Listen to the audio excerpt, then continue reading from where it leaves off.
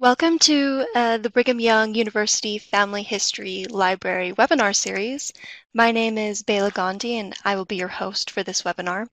We invite you to participate in our polls on the screen. Let us know where you're listening from and how you heard about this webinar. In way of announcements today, our next webinar is entitled Understanding Extracted Records in Family Search Family Tree by Kathryn Grant, which is scheduled for May 18th at 3 p.m. Mountain Daylight Time. For those of you who are having trouble accessing our webinars on YouTube, we have a new platform where we are slowly downloading all of our videos. The link to the platform is on the main page of our website, which I have put in the announcement box below. Please feel free to check it out. Let us know what you think. And if you have any questions or comments, please feel free to email us at fhl_webinars@byu.edu. And we really appreciate just constructive feedback and suggestions. So today we are pleased to hear from Kathryn Grant, who will be giving a presentation entitled Learning to Love Family History Research. After years on the sidelines, Kathryn started doing family history and discovered a new passion. Her specialty is mentoring new family historians and helping them find success, and maybe even avoid some of the mistakes she's made. Kathryn teaches Sunday classes at the BYU Family History Library. She also presents at Riverton Saturday seminars and other family history events. Her column on family history ran in the Nauvoo Times for about a year and is still available online. Kathryn works for the LDS Church as a technical writer with a focus on usability and process improvement. Besides family history, she loves uplifting music, thoughtful and provoking books, and homemade guacamole. We'd like to thank everyone for joining us and remind you as Kathryn gets things loaded up here about our comments and question boxes on the right-hand side of the screen. Any questions that you have, write them in and we'll make sure that they get answered by the end of the presentation. Kathryn, whenever you're ready, feel free to take it away. Okay, sounds great. Bela, thank you so much. And everybody, thank you for joining us today. I am really excited about this webinar. I've seen a great need for this topic, and I hope that it's helpful to you that are listening, whether you're the new person who's starting out and just wondering how on earth you're going to learn to love research, or whether you're the consultant maybe who's helping somebody learn to love research. So I'm really happy to be with you today. So, too many people feel like this about research. Have any of you ever felt that way? So the question arises, why? Why do some people have such negative reactions to research? And then why does it even matter? And finally, how can we change things? If someone is having a negative experience with research, especially family history research, how can we make that better? So first of all, why the negative reaction to family history research for some people? Well, as I've worked with people over the years, there's a number of different reasons. Probably most of us can relate to at least one of these or possibly more. So first of all, we might have had bad experiences in the past. I remember being in high school and receiving a research paper assignment and feeling completely overwhelmed. I didn't feel that I had the knowledge or the skills or the understanding. Honestly, I felt like I was staring into some kind of a black hole with no idea how to get out. And I still remember that after all these years. Maybe some of you do also with research papers in either high school or college or whatever, or even research that you've been asked to do on the job. And when you have a bad experience like that, it tends to stay with you. And anytime somebody hears the word research, if they've had a bad experience, they're probably going to remember those negative feelings.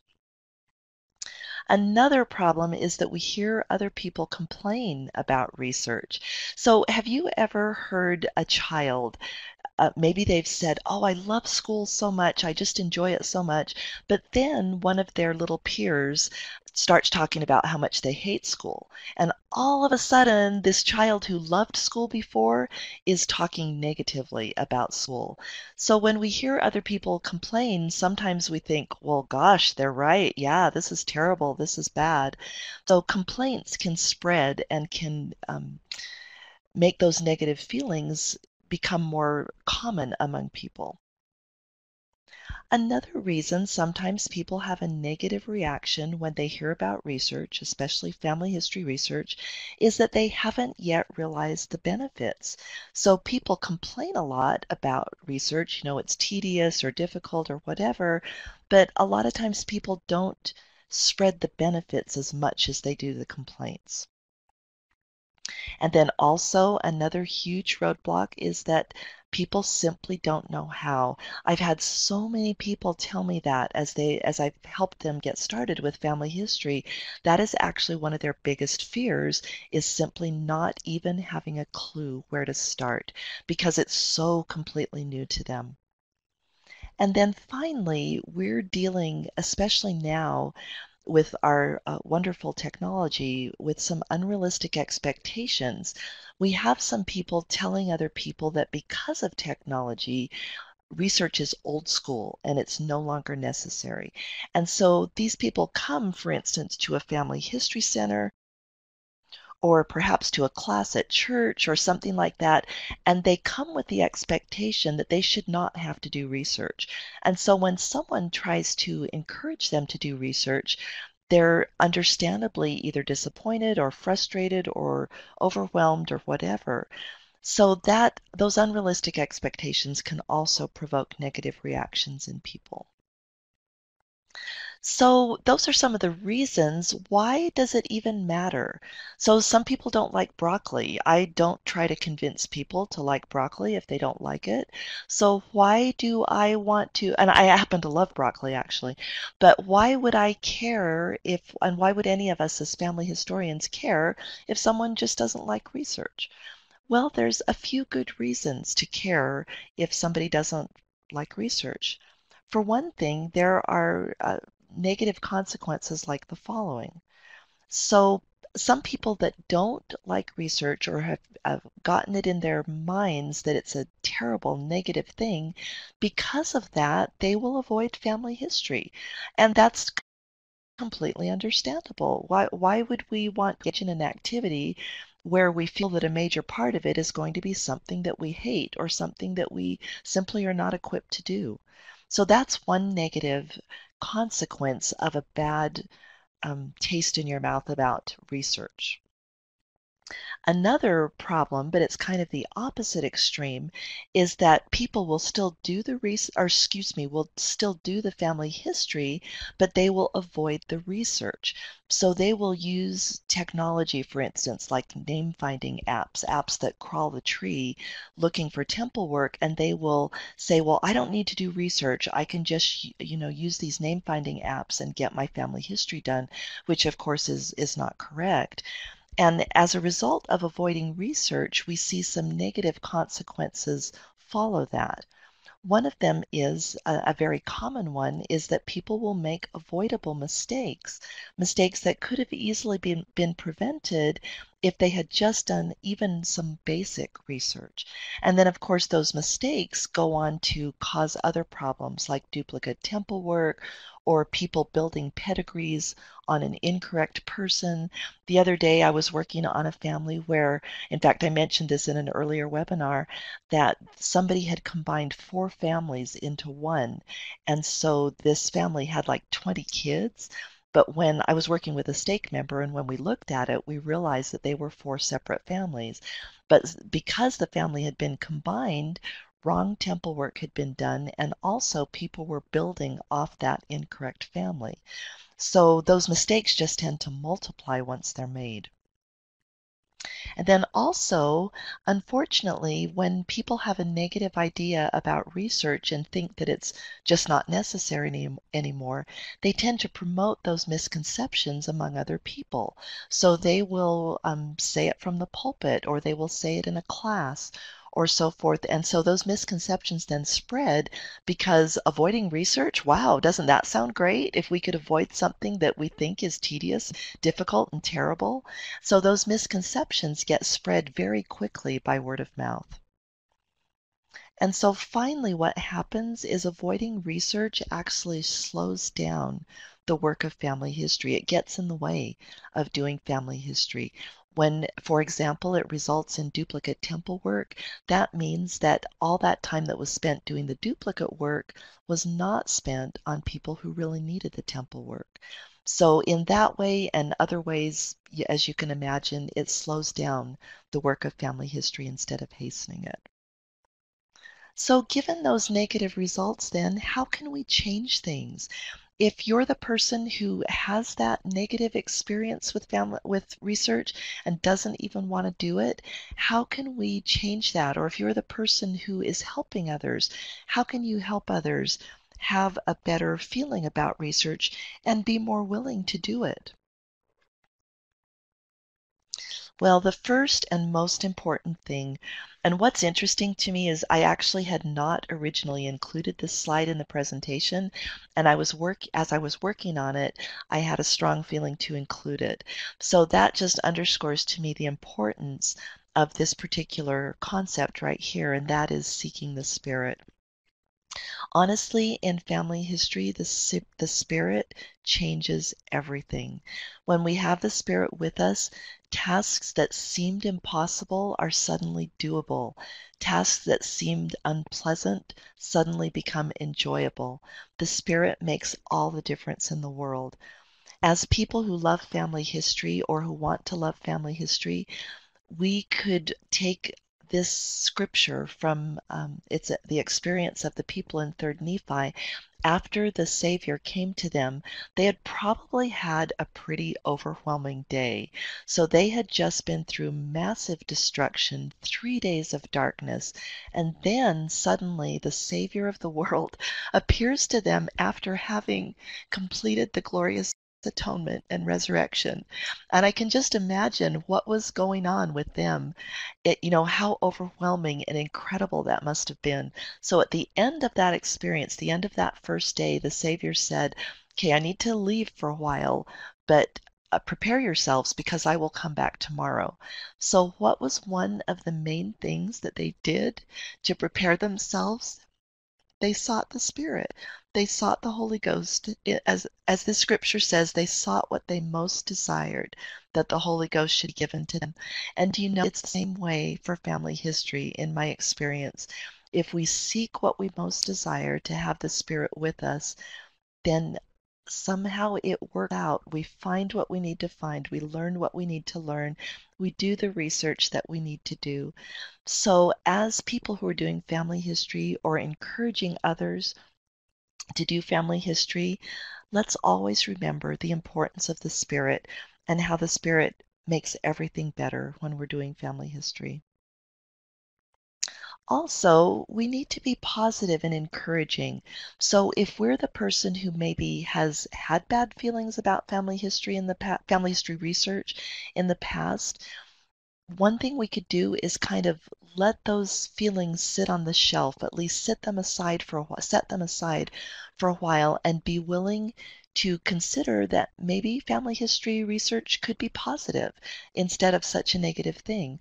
Or if we're helping other people, we can avoid complaining about it. We can speak positively about research and positively about people's ability to do it. So we never want to say to somebody, "Oh, you'll hate this," or "You can't do this," or "This is so difficult and terrible and hard." We just always want to have that good attitude and be encouraging because honestly, attitude really is a game changer. Another thing that we want to do is correct misconceptions about research, particularly again in family history. But this really applies to all areas of our life, but we're in the context of family history here. So truth really is freedom. When we have misconceptions, we're in a sort of bondage, if you will, where when we don't know the truth, we really aren't free, so truth really does set us free. What are some of the most common misconceptions that I've seen when working with people on family history? Well, one of them is simply that research is too hard. I wish I had a dollar for every time somebody had said that, and I could probably retire. But the truth is, and we want to be balanced here. We don't want to say, oh, the opposite of research is too hard is that you should tell everybody that research is easy, because that's always not always. Okay, wait a minute. Let me try that again. That is also not always the case. The truth is, to say research is always hard, that's a vast overgeneralization. But to say it's easy is as well. The truth is, sometimes it's hard and sometimes it's easy.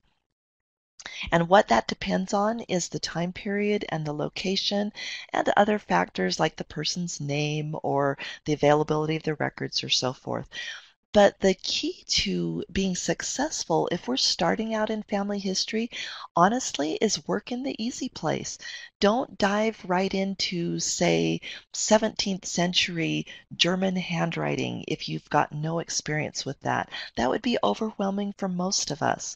So when we're starting out or helping someone else start out, we start them in the easy place. And then they don't have this misconception that all family history research is just too hard. Here's another misconception that I hear often is that research is boring or tedious. This is also an overgeneralization. To be honest, sometimes it is. There are times when it's boring and tedious, but there are also times when it's absolutely thrilling. And we try to focus on those times when we're trying to help people learn how to do family history research. We guide them towards the exciting discoveries. I'm not saying here that they have to be, these kind of you wouldn't believe it once in a million kind of discoveries, but a simple discovery of just finding a missing child can be exciting. So I'm talking about experiences that touch hearts and that are thrilling in that regard. So it depends on the task of the research. It depends on the skill of the researcher. So we don't immediately send teenagers to drive on the freeway when they're learning to drive. My dad took me to the church parking lot. So in essence, for my first driving lessons. So when we're helping somebody start out, we metaphorically take them to the church parking lot. We let them start with something simple and let them build their skills line upon line. And then, of course, having the Spirit with us is going to help that research. Even when it would ordinarily be boring and tedious, having the Spirit with you will make it a lot less so. Here's another misconception that makes me sad when I hear it, but I hear it a lot, especially with older people who feel maybe some hesitancy about, quote, modern technology, and they will say, I'm just not smart enough. Do you know what? I have never found that to be true. Anyone can learn. What it takes is a good teacher, and it also takes the Spirit. So, and when I say good teacher, I'm not talking about someone with credentials or vast training or anything. I'm talking about someone who, number one, has the Spirit, and then also someone who's patient and loving. And so, when a teacher is patient and loving, they can help a person develop skills and talents that they didn't think they could. And they also will start them out at the right level. So a good teacher will not throw that person into 17th century German handwriting, but instead they'll help this person start with the basics and build skills line upon line. So here is the misconception that probably troubles me the most, with the possible exception of the last one that we'll look at in just a minute. But saying that research is old school and not necessary actually sets people up for failure. I've had friends tell me that they hear this even taught from the pulpit or they hear it taught in classes, and this is simply not true. And we're actually going to see some examples of why this is not true after we get through the misconceptions. But the truth is that research is needed now more than ever because we are getting more people involved in genealogy than ever before, and technology is making it easier to be involved. It's also opening up some doors for misuse of doing family history. So research is definitely needed now more than it ever was before. And research, honestly, is what hastens the work. So the last misconception I wanted to share with you is that research turns people off. And this also makes me sad because this also sets people up for failure. If you teach teachers don't tell people to research because it's going to turn them off, that it just sets people up for failure and makes it impossible for them to really progress in doing family history. The truth that I found in my experience is that research turns hearts. Just recently, I had the most wonderful experience with a couple in my stake. I'm the stake lead consultant in my stake at this time, and I, I was preparing a discovery experience for them and found two missing children. And so when I met with them, I walked them through and helped them repeat the research that I had done. And all of us were just about in tears as we found these two missing children and added them to the family in family trees so that their temple work could be done. That day, I saw the power of research in turning hearts. And that's not a unique experience. I've seen that so many times. So when research is understood correctly and not as this horrible, burdensome thing, then it really can turn hearts. So the last point that I wanted to make about how to help change those misconceptions, or that I should say that those negative feelings about research, we change those by providing or by gaining knowledge. Knowledge really is power, especially in doing family history.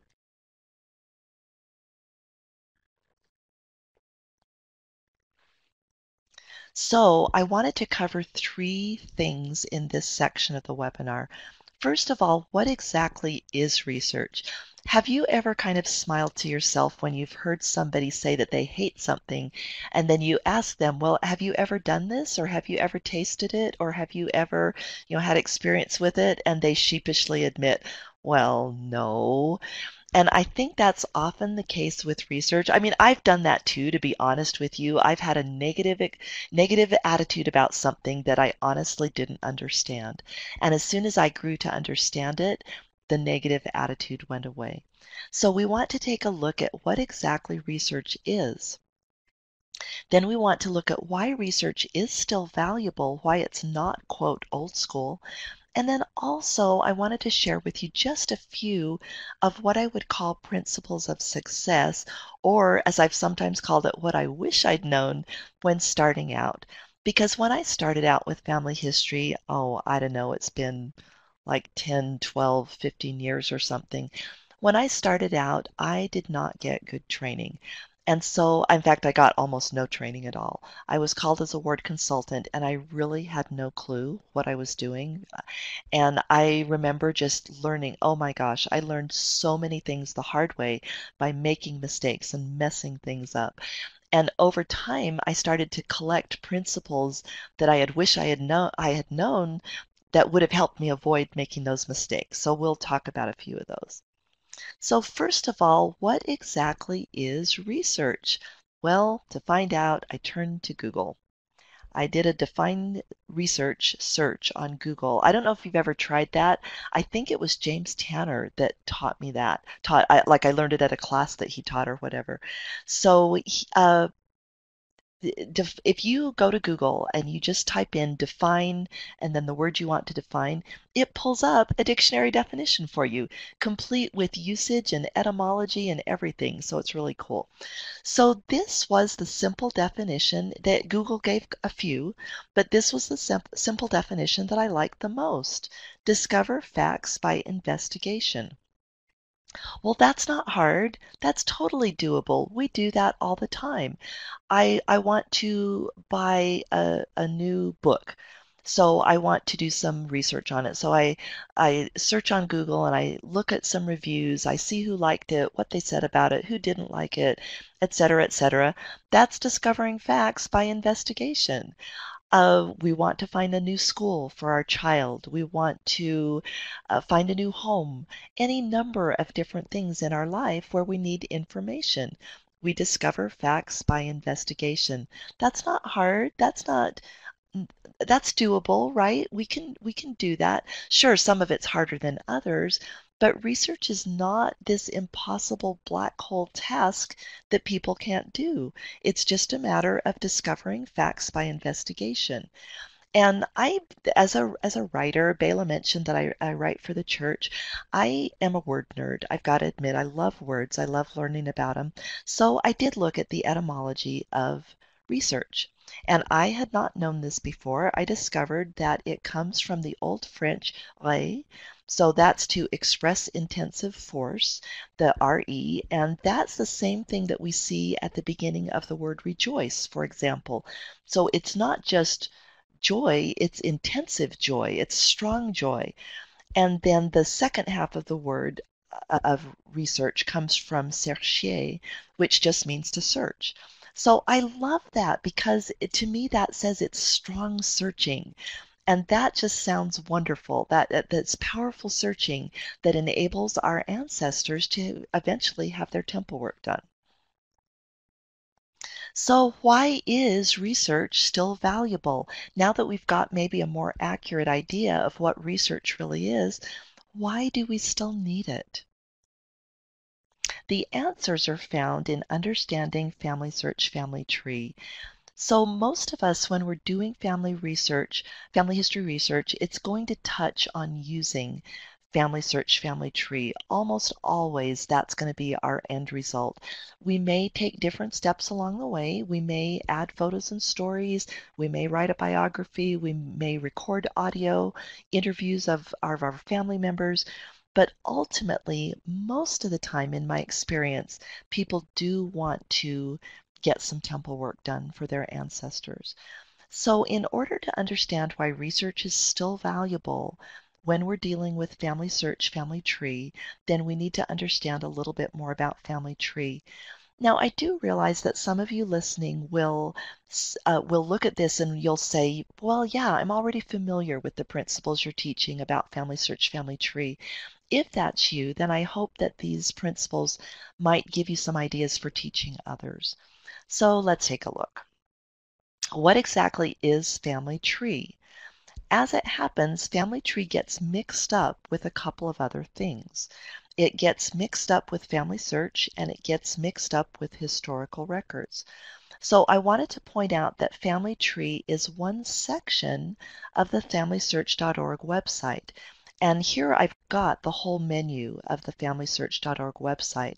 So you can see that it's one section of the 5 different sections on the website.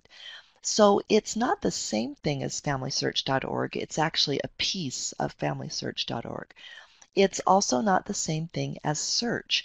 So if you click search here, you get taken to Family Search Historical Records, and that is the place where you can find birth records, marriage records, census records, things like that. So Family Tree and Family Search Historical Records are two completely separate pieces of the FamilySearch.org website. Well, we're not going to dive into historical records today except very lightly in terms of Family Tree, but we do want to look deeper at what Family Tree is. So, what is Family Tree? It's where we are creating a common pedigree of the human family. And to my knowledge, this has never been attempted to the extent that Family Search is doing it. I am aware of one other site that tried to build a one world tree, and it didn't seem to ever gain much traction. Family Search's Family Tree is gaining a lot of traction. It's growing phenomenally, and it is an absolutely amazing endeavor to create one world tree of the world's people, of all of Heavenly Father's children. Family tree is a shared tree, and when you think about the fact that we're trying to build a common tree, it couldn't be anything else. We couldn't have just a bunch of separate user trees like we have on Ancestry or MyHeritage or so forth. It has to be a shared tree. We have to work together on it. So there's no your tree or my tree. We're all working on the same tree. Again, one master tree of all of Heavenly Father's children. Family tree is open edit, and that means that any user can change anything. And it also means that any change that is made affects everyone else. Now, of course, the only place that that's not true is when you're dealing with living records. But for records for deceased people, any change that anybody makes affects everybody else. So we're starting to see why research is still valuable. And that leads us to the next question. Where did family tree names come from? And this is probably one of the most misunderstood aspects of family tree. And so that's why I feel it's so important for people who are beginning research and also for those of us who are helping others do research. That's why it's so important for us to understand this so that we can help other people understand it and gain success in their family history work. Because otherwise, if we don't understand this, then we can very easily make mistakes that we had totally not intended to make. So the first source of information in family tree is LDS Church temple records. That includes extracted vital records. So for those of you who may have done family history quite a while ago, you'll probably remember that the church had an extraction program that's very similar to today's indexing program. At the time, the the church was not having enough names to provide for patrons who came to the temple. So they started this extraction program, which was basically just writing down names from historical records. And then those names were given to patrons who came to the temple to do the temple work. And then all that information ultimately ended up in Family Tree. Well, of course, all those records that came from the temple records either had all or some of the ordinances completed. Then also family tree names come from LDS Church membership records. I found that out when my uncle passed away. After his church membership record was marked deceased, then his information showed up in family tree, including his temple records or temple ordinances. And then also the other major source of the names in family tree is user submissions. Those can be GEDCOM files, those can be submissions from 4-generation programs. They can be submissions that were made to old versions, if you will, of Family Tree, like the old quote new Family Search, if any of you used that, and any of the previous iterations like the IGI or the TIB. That information was added. Any user submissions that were made to any of those previous systems ultimately ended up in Family Tree. So what does that mean for us when we're doing family history? What does that mean when we're looking at this information in Family Tree? Well, for one thing, the quality of the information varies widely because it was contributed by all types of people with all levels of expertise. So some people who submitted names for temple work in the old systems were professional researchers. Others had moderate skills. Others were just starting out and doing the best they could to learn how to do family history. So we've got all kinds of quality of names in Family Tree. And then duplicate names are common. In fact, they're an ongoing concern because sometimes people don't understand that Family Tree is a common tree. So they see that names are already in there, but they're trying to upload, quote, their tree. So they are under the misconception that their tree that they upload is going to be separate, and they don't realize that it's a problem to upload duplicate names. And I keep running across duplicates, and so that's something that we want to be really careful of when we're working with the names in Family Tree. So research matters because Family Search does not verify all those names that we just talked about, those names of varying quality. A lot of people that I've talked with or have heard about are under that impression that all the names in Family Tree must have been validated by the church because it's a church program. But the fact is, Family Search gave us Family Tree as a tool to do family history, not as a pool of pre-validated names. So Family Search does not validate or verify the names in Family Tree, and the church does not verify the names in Family Tree. The truth is that verification is our job, and it's actually a wonderful privilege to be able to do that. And it's a really exciting part of family history. There's another reason that research matters. Family Tree contains about 1.2 billion names. This figure was announced by Ron Tanner Ron Tanner is a manager at Family Search. He's the top manager over Family Tree. And so I believe he gave that, I want to say it was at a recent genealogy conference. So at that time, it was 1.2 billion names. It's probably a little bit more now, maybe up to 1.3, I don't know, but it's around this amount. So that's the number of names that are currently in Family Tree. Guess what? Population experts estimate that about 110 billion people have lived on the earth. So if you subtract about 1 billion from 110 billion, that leaves us with 109 billion people approximately who ultimately need to be added to Family Tree. So we aren't going to find those people by looking in Family Tree. We're going to find these precious people by doing, you guessed it, research. We're going to find it by looking in historical records, finding birth records, marriage records, all those records that give us the information that we need to do those people's temple work. So let's talk finally about those principles of success, or what I wish I had known when I was starting out to do family history.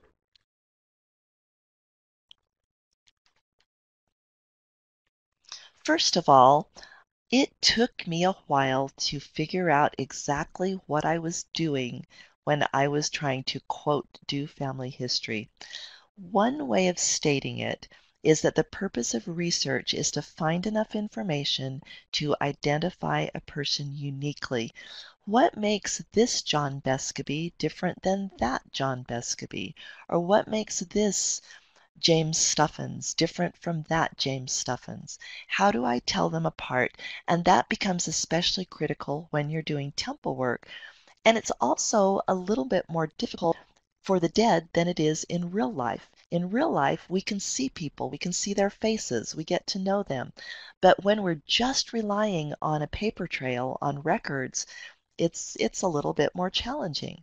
So it took me a while to honestly to figure out what was going on. So the way we identify a person uniquely is done mainly through birth, marriage, and death, or what we call vital events. And for each of those, we want a date and a place when possible. And then also it's done through relationships. And the two relationships, which are the foundation for every other relationship, are spouse to spouse and parent to child. Every other relationship can be derived from those relationships. So we identify a person uniquely through vital events, birth, marriage, and death, dates and places, and relationships.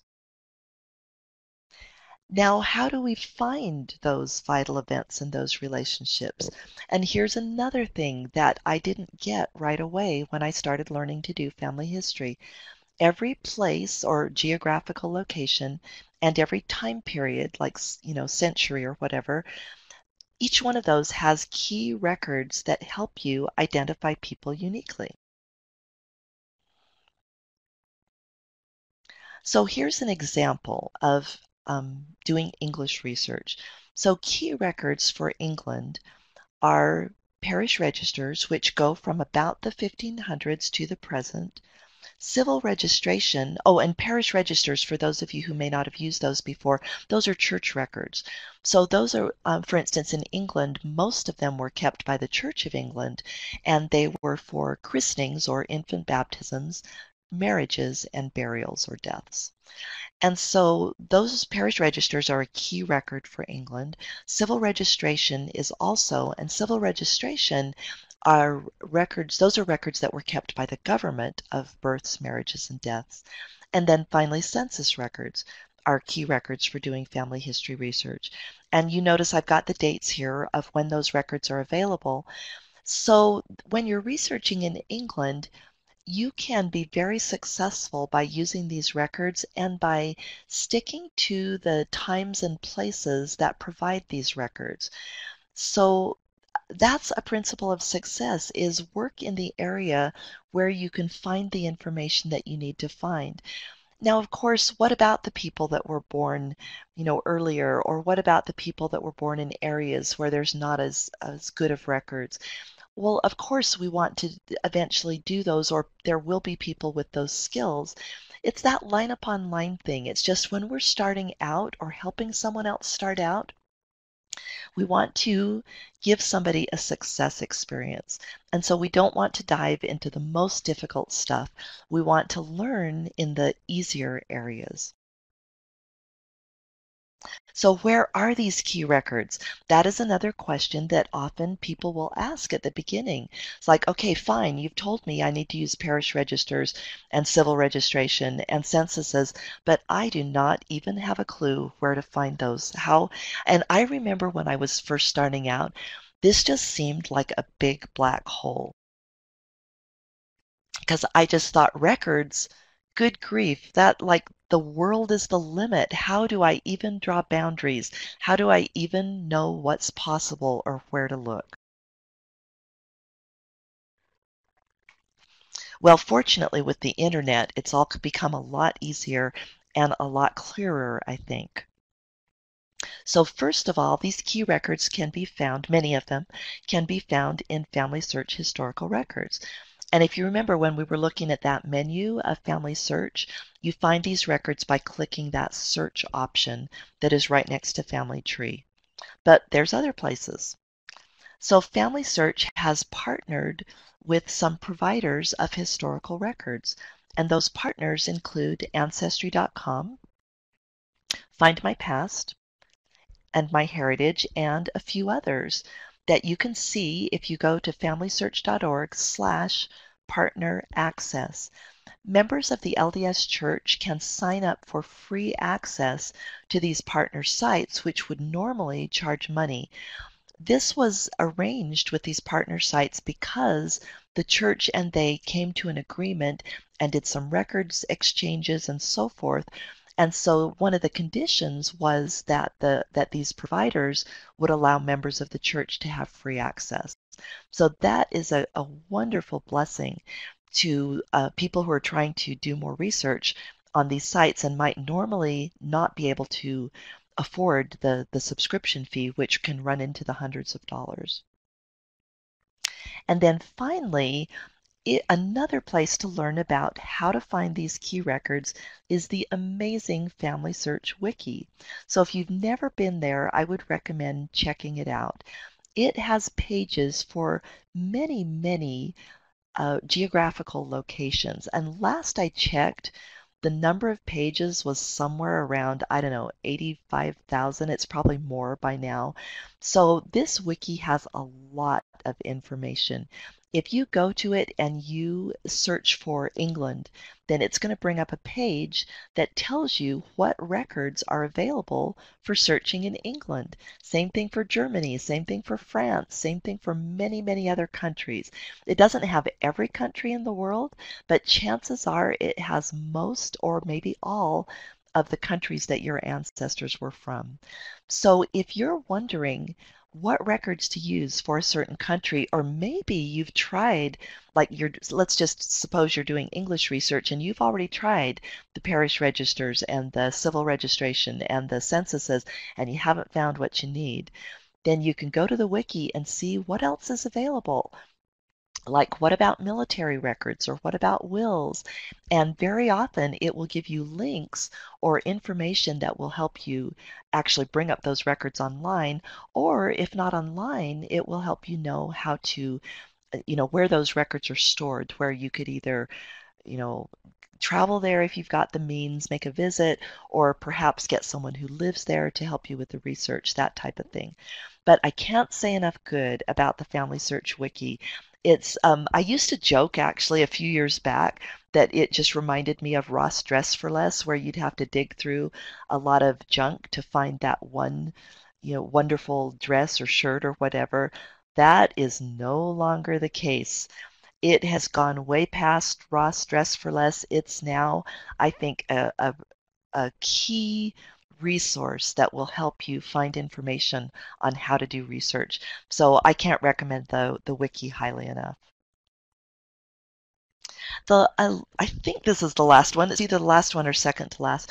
Principle that I wanted to go over is use what you know to discover what you don't know. So here's an example of what I mean by that. So suppose that I know the wife and the children of one of my ancestors, but I don't know his parents. And then suppose that in my research I find an obituary.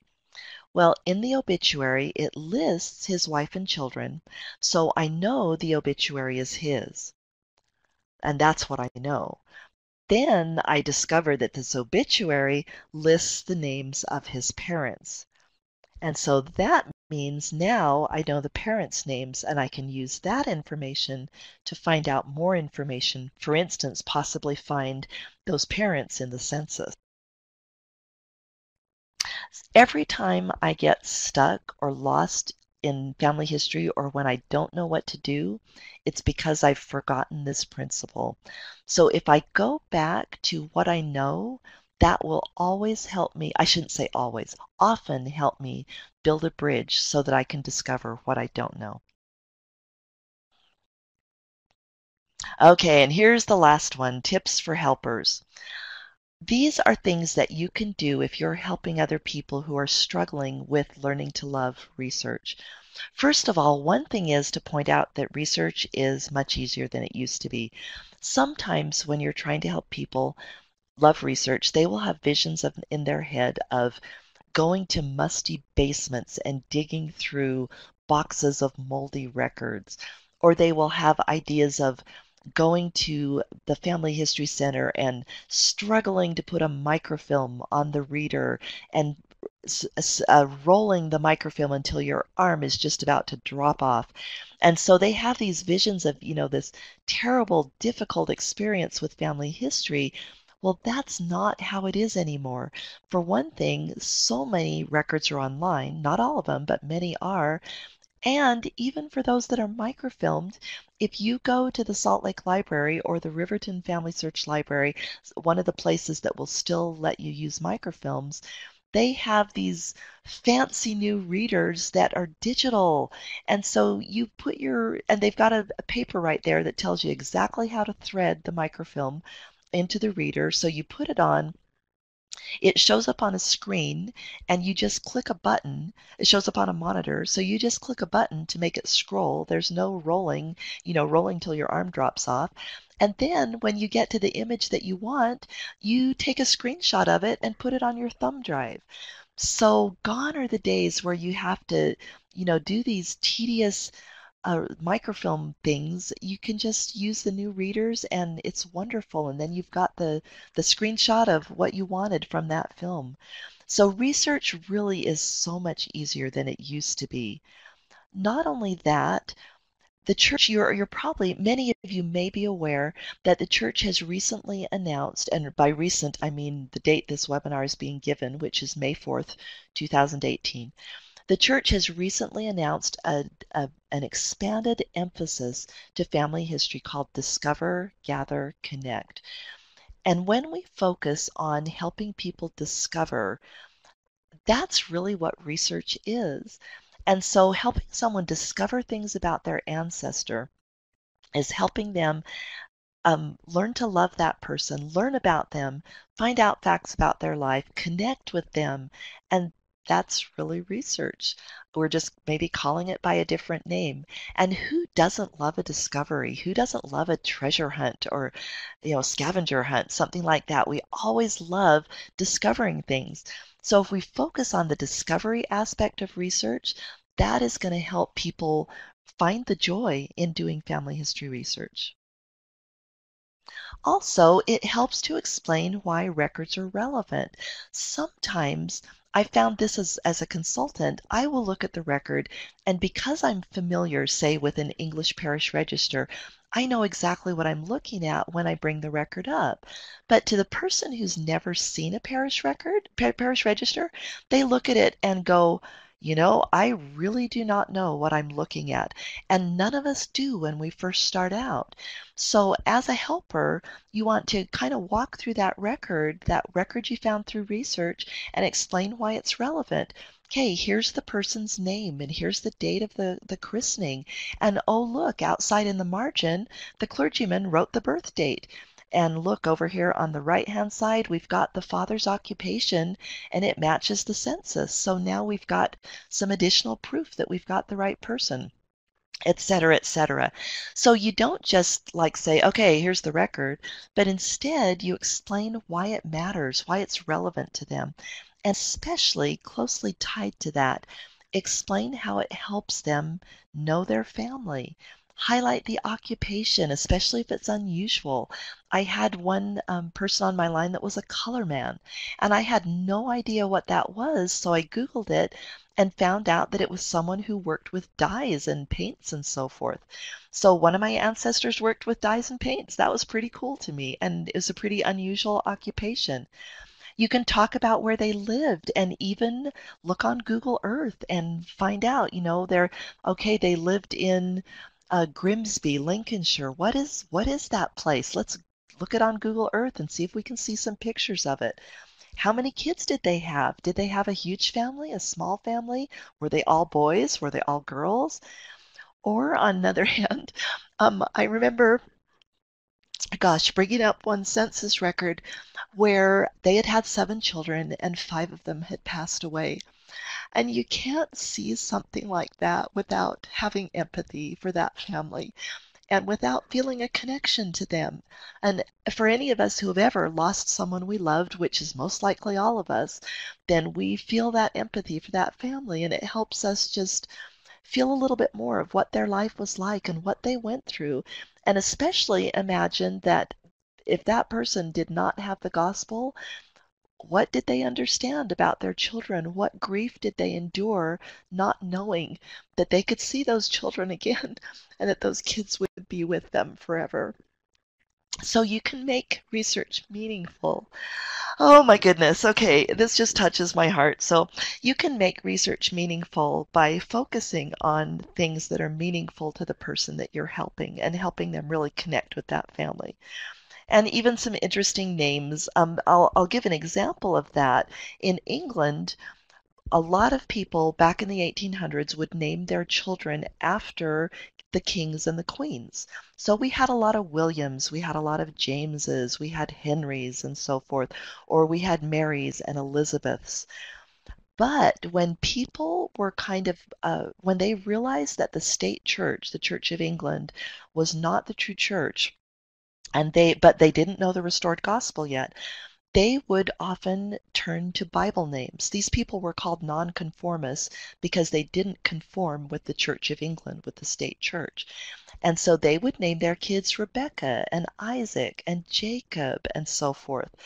And so that's another interesting thing to point out to somebody, that if their family, just as again with this English example, if they were living in England at that time and used Bible names, they were very likely nonconformists who recognized that the true gospel as taught in the Bible was not in the state church. And when I've pointed that out to people, they have loved that because they can see how those people were being prepared to receive the restored gospel. So those are just some tips for helping people learn to love family history research. So that brings us to the conclusion of our webinar. So just a quick review of what we covered. We talked about why research sometimes has a bad name with people. We talked about why that matters, why it's important. What are the negative consequences of having a bad feeling about research and avoiding it? And then finally, we talked about how we can change things. We talked about the importance of having the spirit with us as we do research and help others learn to love research. We talked about the importance of being positive, encouraging other people. We talked about how to correct misconceptions, and we gave examples of misconceptions that need to be corrected, such as that research is old school, which is actually not true. And then finally, we talked about the importance of gaining knowledge or providing that knowledge for other people. So that brings us to the end of our webinar today, and thank you so much for joining us. Bela, do we have any questions that we need to address? We have a couple. Our first, what are your feelings about the 5 phases of research as outlined in Family Search, Family Tree in the Research Wiki? Is this a good way to Oh my teach basic goodness, that is research? such a good question. And I would say that it depends on the person. I sometimes work with people that, for instance, I know a policeman who, and there's other professions where by their profession and maybe by their personality, they're very detail oriented, they're very careful, they want all the facts and so forth. For a person who's like that, even if they're starting out, I do talk to them about the research process because they want to know and it's not overwhelming to them. So if that's appropriate for the person, then I do. But on the other hand, there was an occasion when I was working with a 12-year-old girl to put her through the research process, like at our first visit. I don't think that would have been very encouraging to her. I think it would have gotten in the way. It would have taken a long time to explain. So in that case, what I did was I found a quick success experience. I found somebody in a census, and I did the background research to make sure that it was correct. But then to get her familiar with the census, I kind of explained what it was. And then I had her click on the button to open it up and look at it. Then I kind of walked through it and said, okay, this is a record of your ancestor's life, and here she is right here. And you can see that she's this old and she lived in was born in this place, and helped her add that person to family tree.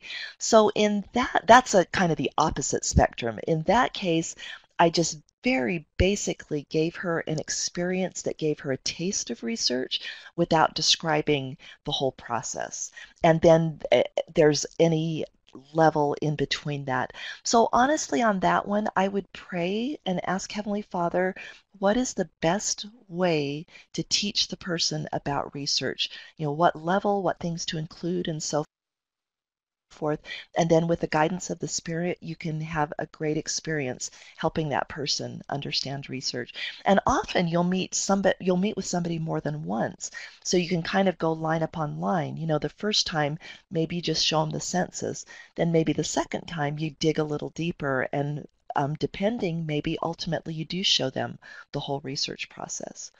So thank you. That was a fantastic question. Our next question, what do you recommend as a good way to keep track of research when it comes pouring in and you can take any number of avenues? At times, I have difficulty returning to a project due to not having a good form or method of recording my findings prior to entering it into Family Oh my Search. goodness. Okay, you are my kindred spirit, whoever did that. And the way this software works is I can't see anything that Bela is reading to me, so I can't see your name. But you are totally my kindred spirit because I really have to discipline myself on that because I want to go down so many rabbit holes. And also I do have the same challenge when I've gone down a rabbit hole or when I've been disciplined and I've really done something that I intended to do, then I come back to something else and I forget where I am. Yeah, I totally relate to that. So I'll tell you how I have figured out to deal with that. And this is just one way. So this is just one way that I enjoy and that works for me. But you could also Google and find other ways. So I use a research log called the timeline grid. And it's basically a table that allows you to capture information in any order because it's used for countries and time periods that have regular censuses. It's not so helpful before regular censuses or for countries that don't use them. But basically what it is you have a row for every person and a column for every census. And then as you find the information, you just plug it into the right cell in the table. So it's very, very easy. And I put mine in Google Docs. And so I realize this isn't the time or place to go a deep dive into the timeline grid. But if you go back to the webinar page where all of our webinars are listed, there's a webinar, in fact, there's a couple on the timeline grid. And so you can get more information there. And there's also templates that you can use to do the timeline grid. And I love putting them in Google Docs. That's where I will keep all of mine because then I have access to them any place. So if I'm at work and I have a quick minute on my lunch break, I can bring up my timeline grid and do some quick research. Or if I'm at the Family History Library, I'm home or whatever. To answer your other question about how do you keep track of your research, or excuse me, how do you keep track of what you're doing so that you can pick up when you've come back, I just started keeping a really simple to-do list at the top of the timeline grid.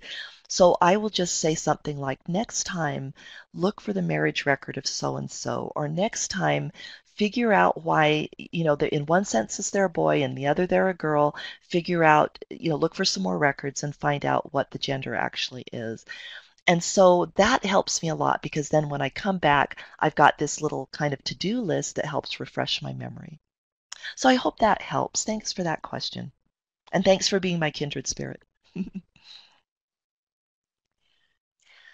Well, I believe at the moment that is all our questions. If you do have more questions, please write those in to the question box, and we'll make sure to answer those for you. Kathryn, thank you so much. Do you have anything else to close I up? don't today. Thank you, Bela. And thank you, everybody, for joining. Of course. All right. Well, thank you everyone for joining us today. We hope this has been a valuable experience. If you wouldn't mind taking a moment to enter in some feedback for us, and also if you have any questions for future webinars, comment below. We love new ideas and ways to improve our webinars. As I mentioned in the beginning of our webinar. Our next webinar will be May 18th with Kathryn Grant, entitled Understanding Extracted Records in Family Search Family Tree. And we hope to see you again at that one. Keep your eye out for this recording to go onto our YouTube channel, and make sure you subscribe to our Facebook and Twitter accounts to stay up to date on the happenings of the BYU Family History Library. And thank you again for joining us. We hope to see you next time.